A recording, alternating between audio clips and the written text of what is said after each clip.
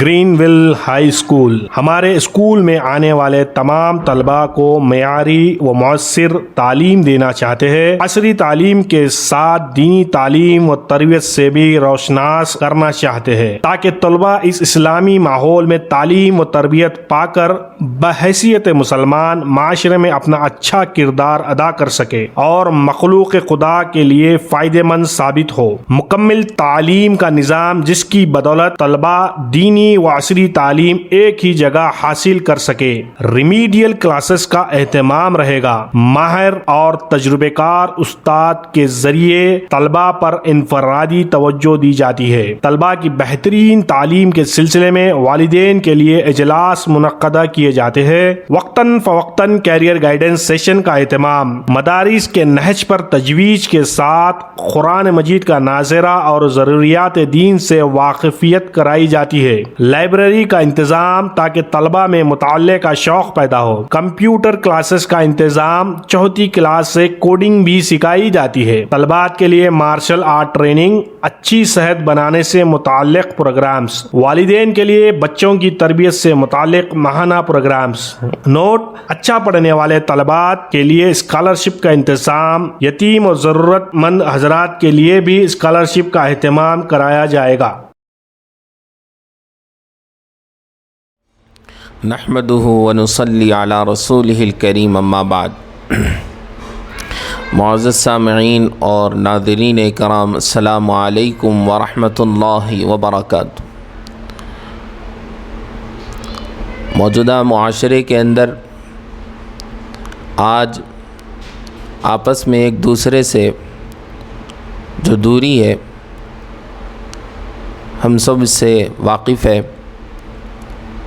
کہ ایک انسان سے، ایک مسلمان سے کتنا دور ہوتا چلا جا رہا ہے۔ ایک گلی میں رہتے ہیں لیکن آپس میں ایک دوسرے کے دل میں محبت نہیں ہے۔ ایک گھر میں رہتے ہیں، ماں باپ اور بچوں کے دلوں تک میں بھی ایک دوسرے کے لیے محبتیں نہیں ہیں، جیسی ہونی چاہیے ویسی نہیں ہے، اگر ہے بھی تو۔ اور بھائی بہن کے دلوں میں بغض اور عداوت بھری ہوئی ہے۔ میاں بیوی کے دلوں میں اختلاف ہی اختلاف ہے۔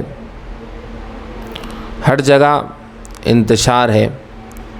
حالانکہ ہم دیکھتے ہیں، جب سنتے ہیں تو ماں باپ یہ روتے ہیں، یہ کہتے ہیں کہ میں نے اسے بچپن سے پالا، میں نے اسے ہر تکلیف برداشت کر کے، ہر مصیبت کو برداشت کر کے، میں نے بھوک و پیاس کو برداشت کیا، میں نے دھوپ کو برداشت کیا، میری کمزوریوں کے باوجود میں نے اس کی پرورش کی، لیکن آج یہ مجھ سے محبت نہیں کرتا، آج یہ مجھ سے انسیت نہیں رکھتا ہے۔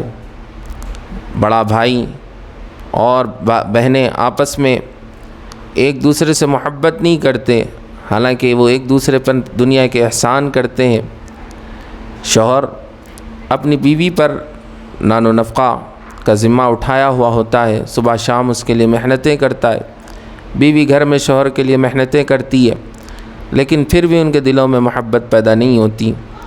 گلیوں کے اندر ہمارا پڑوسی، ہم اس کے ساتھ حسن سلوک کرتے ہیں، پھر بھی اس کا ہمارے ساتھ رویہ ٹھیک نہیں ہے۔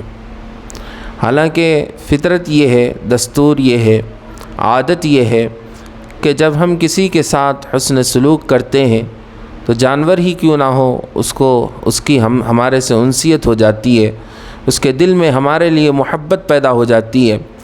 لیکن کیا بات ہے کہ ایک انسان تو انسان، ایک جانور میں جب حسن سلوک کے نتیجے میں محبت پیدا ہوتی ہے تو پھر انسان کے ساتھ ایک انسان مروت کرتا ہے اور اس کے ساتھ حسن سلوک کرتا ہے، پھر بھی اس کے دلوں میں محبت پیدا نہیں ہوتی۔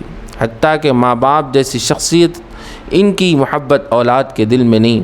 اولاد جب بڑی ہو جائے، اس نے دنیا کی والدین کی خدمت کی، لیکن پھر بھی والدین کے دل میں اس کی وہ عظمت نہیں بیٹھی جیسی بیٹھنی چاہیے۔ ایسا کیوں ہو رہا ہے؟ تو اگر ہم حدیث پاک کو ایک جو حضرت معاذ رضی اللہ تعالیٰ عنہ سے مروی ہے اس پر غور فرمائیں تو اللہ کے رسول صلی اللہ علیہ وسلم کے اس فرمان میں ہمیں اس کا حل ملتا ہے۔ حضرت معاذ رضی اللہ تعالیٰ عنہ نے حضور اکرم صلی اللہ علیہ وسلم سے پوچھا، اے اللہ کے رسول مجھے ایسا عمل بتا دیجئے جو مجھے جنت میں داخل کر دے اور جہنم سے دور کر دے۔ اللہ کے رسول صلی اللہ علیہ وسلم نے فرمایا، اے معاذ تم نے بہت بڑا سوال کیا، یہ سوال جس پر اللہ آسان کر دے اس پر آسان ہے۔ پھر اللہ کے رسول صلی اللہ علیہ وسلم نے مختلف زاویے سے اللہ کے رسول نے جو ہے اس کا جواب دیا، اور اللہ کے رسول صلی اللہ علیہ وسلم نے اعمال کے اندر تمام عبادتوں کو گنوایا، نماز کو گنوایا، روزے کو گنوایا، حج کو گنوایا، اور اسی طرح اللہ کے رسول نے جہاد کو گنوایا، اور مختلف باتیں راتوں میں اٹھ کر نماز پڑھنا، عبادتیں کرنا، تمام عبادتوں کو اللہ کے رسول صلی اللہ علیہ وسلم نے گنوایا۔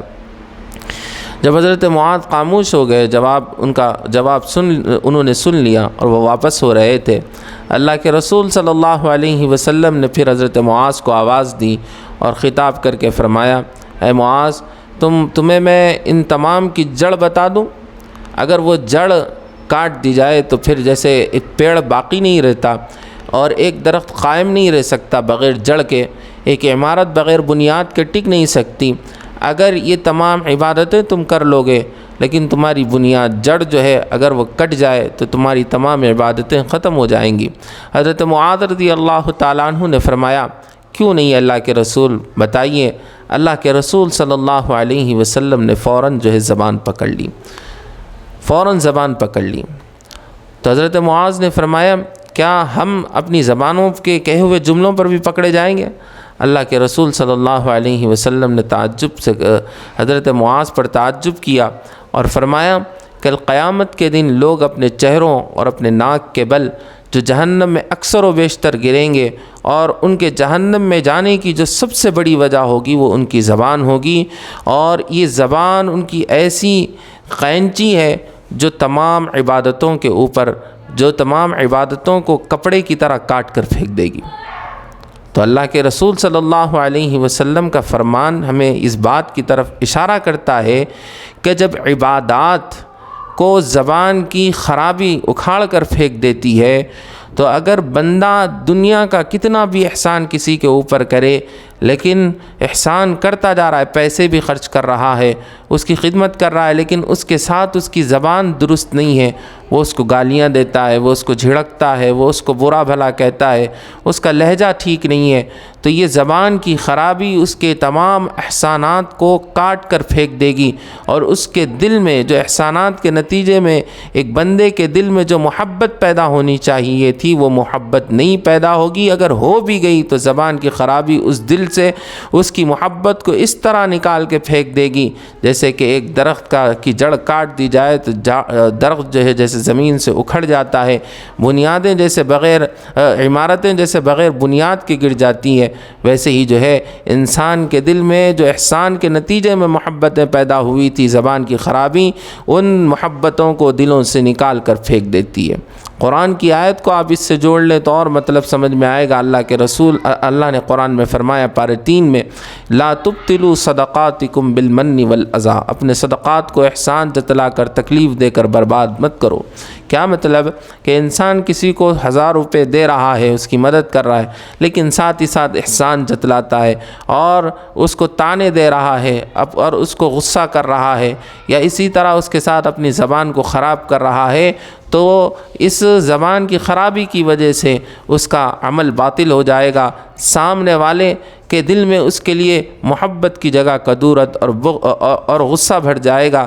اسی طرح میرے عزیز بھائیوں، میرے عزیز سامعین اکرام، اگر آج ماں باپ اگر بچے کے ساتھ بچپن سے لے کے جوانی تک اس کے ساتھ جو ہے حسن سلوک کر رہے ہیں لیکن اپنی زبان کو اس کے ساتھ درست نہیں رکھ رہے ہیں تو یاد رکھیں ماں باپ باپ کی محبت بچوں کے دلوں میں نہیں آ سکتی۔